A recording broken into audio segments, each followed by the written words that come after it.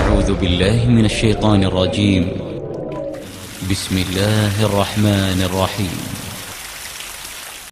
الصلاة والسلام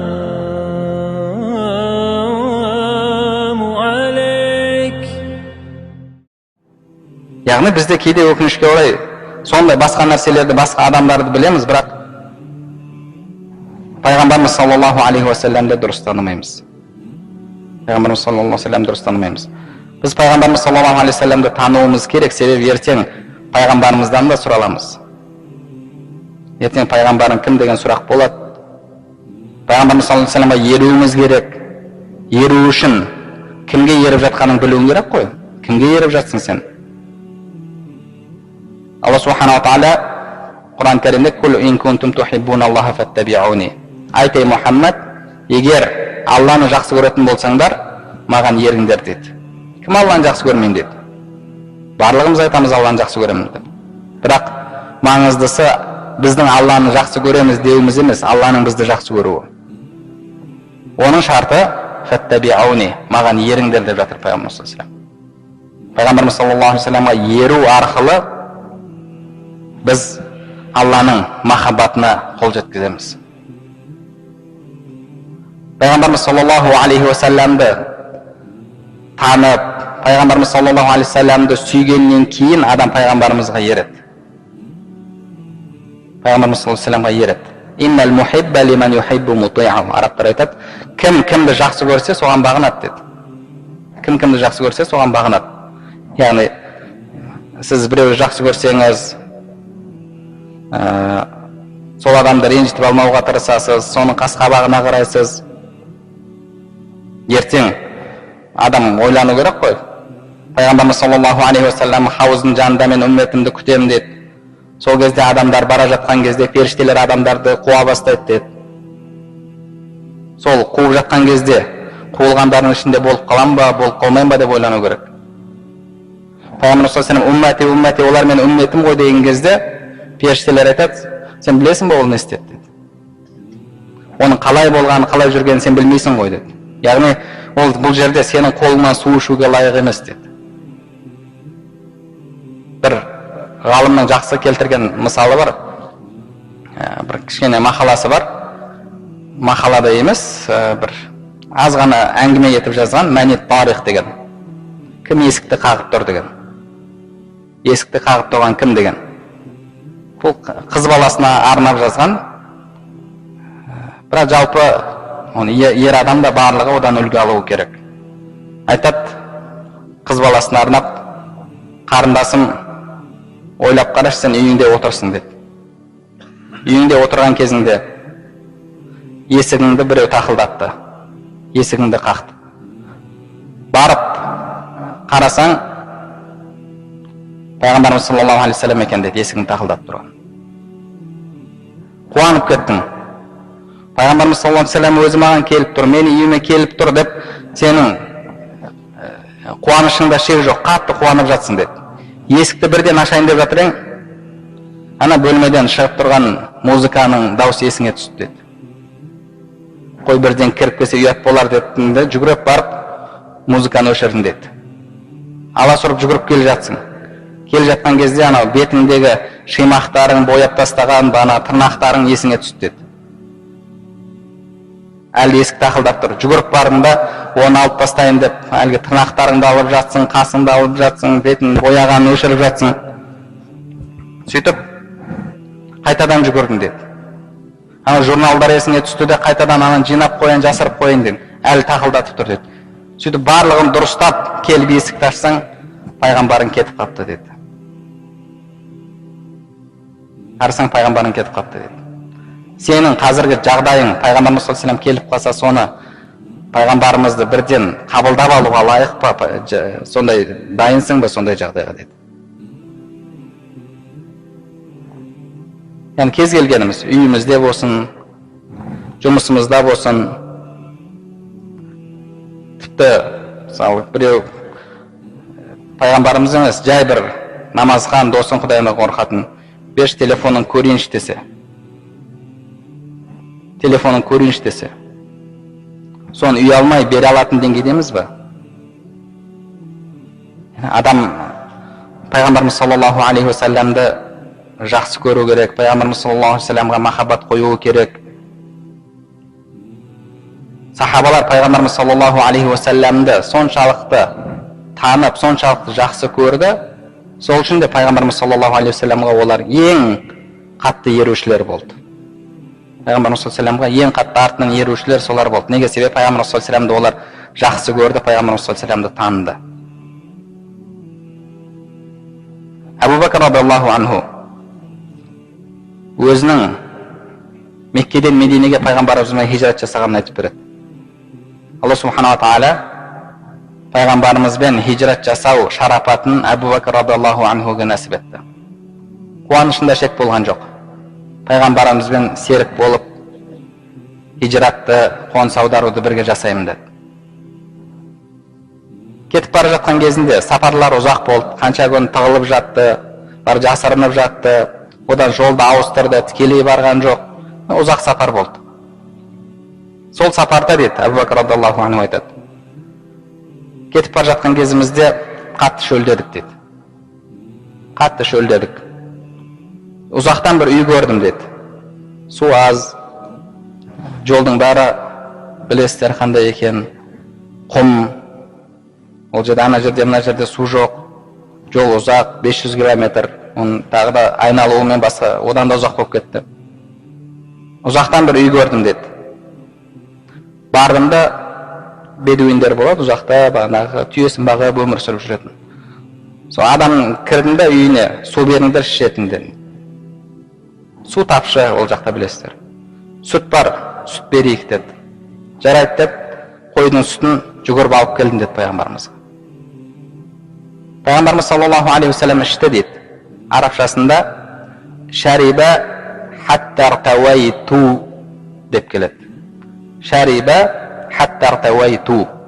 Шариба деген ішті. Пайғамбарымыз саллаллаху алейхи уассалам ішті. Хаттартавайту, яғни мен қанғанымша ішті дейді. Менің қанғанымша ішті дейді.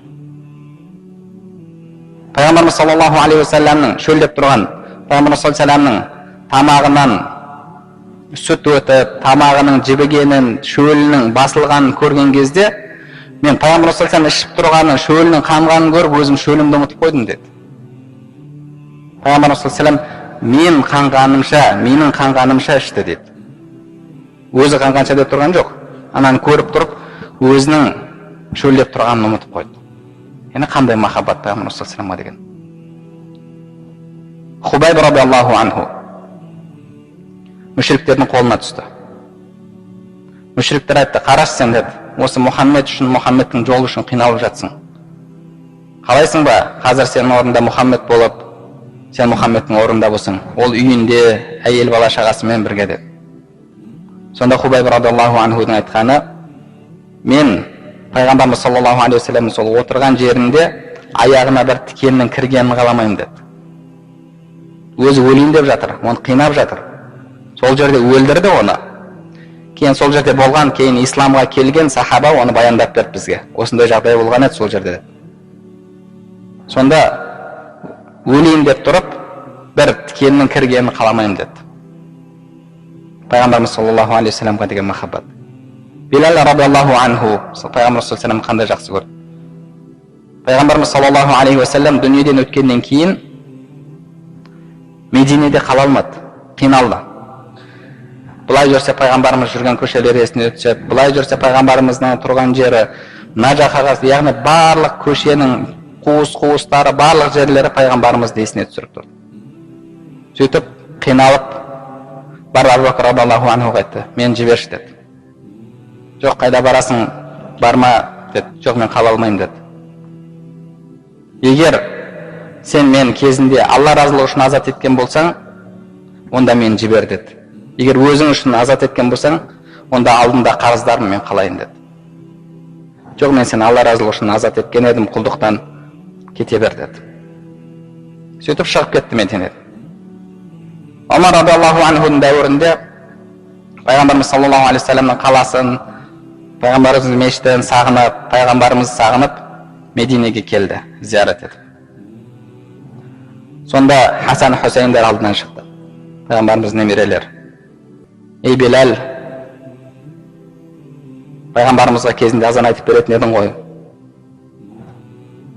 Солай бір азан айтшы, пайғамбарымыздың кезін есімізге түсірейік деді. Сонда Белал радиаллаху анху азан айтып, ашхаду анна Мұхаммад Расулуллах деген сөзге келген кезде пайғамбарымыз езіне түсіп ары қарай жалғастырамады. Ашхаду анна Мұхаммад Расулуллах деді, тоқтап қалады.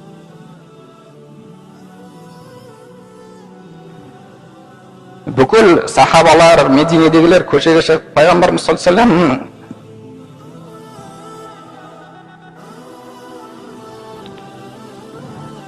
заман естеріне түсіп, бүкіл Медине сол кезде жылады, пайғамбарымыз саған.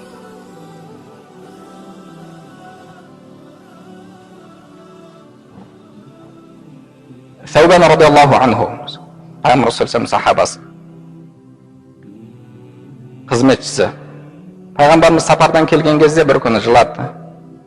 Саубан, не болды, неге жылап жатсың деген кезде, сен біраз күндерге сапарға шығып кетсең, мен қиналамын деді, сені сағынып. Ертең жәннатта сен басқа жоғарыда деңгейде боласың, мен басқа жақта боламын. Қазір қиналып жатырмын, ертең жәннаттағы жағдайымды есіме алған кезде қатты қиналдым деді. Сонда пайғамбарымыз саллаллаху алейхи ва саллям, әл-мар'у ма'a ман ахаб, адам өзінің жақсы көргенімен бірге болады деді. Адам өзінің жақсы көргенімен бірге болады деді. Соны естіген кезде сахабалар қатты қуанды. Кішкентай сахабалар бар, үлкен сахабалардың деңгейіне жеткен сахабалар бар, айтты, мынау сондай бізге мұсылмандықта қабылдағаннан кейінгі ең қуанышты сөз бізге осы болды деді. Біз пайғамбардың, Әбу Бәкір, Омардың деңгейінде емес, біз бірақ соларды жақсы көреміз деді. Осы бізге бір үміт береді деді. Біз сол сахабалар секілді пайғамбарымыз саллаллаху алейхи ва салламның бұл дүниеде жүзін көруге, пайғамбарымыздың жанында болып, пайғамбарымыз саллаллаху алейхи ва салламмен бірге исламның тарауына қызмет етуге бізде ондай мүмкіндік болған жоқ.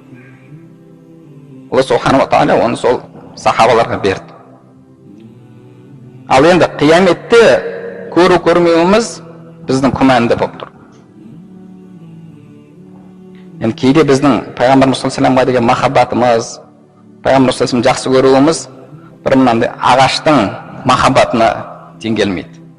Ағаштың махаббатына. Пайғамбарымыз саллаллаху алейхи ва саллям тек қана сахабалар емес, ағаштарды жақсы көрген еді. Өте мәшһүр хадисте пайғамбарымыз саллаллаху алейхи ва саллямға сахабалар, я Расулаллах, сен құтпа айтып жатқан кезде, уағыз айтып жатқан кезде даусың ұзаққа естілсін, адамдар даусың жақсырақ естісін, біз саған минбар жасап берейік деді. Яғни шығып, үстіне шығып тұрып сөйлейтін, жоғарыда тұрсаң даусың ұзаққа естіледі деді. Одан алдын пайғамбарымыз саллаллаху алейхи ва саллям бір ағашқа сүйеніп тұрып уағызын айтатын, құрманың ағашына. Пайғамбарымыз саллаллаху алейхи ва саллям жақсы, керемет ой екен, жарайды деді. Келесі жұмаға дейін сахабалар минбар жасап қойды. Пайғамбарымыз саллаллаху алейхи ва саллям минбарды көріп, жұма күні уағыз айтуға минбарға шыққан кезде, әлгі әрдайым пайғамбарымыз қолын қойып сүйеніп тұратын құрма сол жерде жылады. Пайғамбарымыз жанынан өтіп кетті. Пайғамбарымыз саллаллаху алейхи ва саллям маған сүйеніп тұратын еді деп қиналып сол ағаш жылады. Мешіттегі сахабалардың барлығы естіді, күңіреніп кетті мешіт. Яғни пайғамбарымыз саллаллаху алейхи ва саллям сол кезде минбардан түсіп келіп әлгі ағашты бүйтіп қолын қойып жас баланың басынан сипағандай сипаған кезде жас бала өксігін қалай басады, солай басты. Ағаш жылады пайғамбарымыз саллаллаху алейхи ва саллям жақсы көргеннен.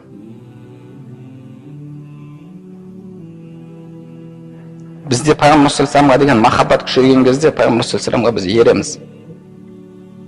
Пайғамбарымыз саллаллаху алейхи ва саллямға шынайы ерсек, сол кезде Алла субхана ва тағала бізден разы болады. Құранда Алла субхана ва тағала пайғамбарға ерушілерді үш топқа бөлді. Үш топ бар жалпы. Құранда Алла субхана ва тағала айтады: "Уас-сабиқуна ал-аувалуна минал мухаджирина вал ансар." Алдан өткен мухаджирлер, ансарлар деді. Мухаджирлер бар, пайғамбар саллаллаху алейхи ва салламмен бірге Меккеде Мединеге хижрат жасаған ең бірінші әуелгі мұсылмандар. Кейін соларға көмектескен, соларды өздеріне бауыр тұтқан, солармен бүкіл жағдайын, дүниесін бөліскен ансарлар бар. والسابقون الأولون من المهاجرين والأنصار والذين اتبعوهم بإحسان. Және ізгілікте соларға ергендер деді. Радиаллаху анхум ва раду анху. Алла соларға разы болды. Алла соларға разы болды, олар Алладан разы болды деді. Біз мұхажирлерден бола аламыз ба? Бола алмаймыз мұхажирлерден. Болды, кетті. Ансарлардан бола аламыз ба? Ансарлардан бола алмаймыз. Бірақ үшінші жол бар. Бұл қияметке дейін жалғасатын жол. Ол соларға еру. Құлшылықта, Пайғамбар саллаллаху алейхи деген махаббатта, барлық нәрседе соларға еру. Солардың артынан еру қияметке дейін. Осы үшінші жол бар. Осы жолда болатын болсақ, иншалла, біз бірінші Алланы танып, Аллаға құлшылығымыз жақсы жасайтын болсақ, Пайғамбар саллаллаху алейхи вассаламды танып, Пайғамбар саллаллаху алейхи вассаламға махаббат қойып, Пайғамбар саллаллаху алейхи вассалам артынан еретін болсақ, және қабірдегі үшінші сұрақ бұл дінімізден бекем ұстайтын болсақ, әрбір мәселеге шариғатты таразы етсек, әрбір іс-әрекетімізге дұрыс емес, барлық іс-әрекетімізге шариғатты таразы етсек, әрбір мәселеге ахирет дүрбісімен қарайтын болсақ, бұның ахиреттегі соңы қалай болады деп. Яғни адам бұл дүниеде жүрген кезде оның екі көзі қияметті көріп тұру керек. Әрбір істі қиямет таразысымен таразылау керек.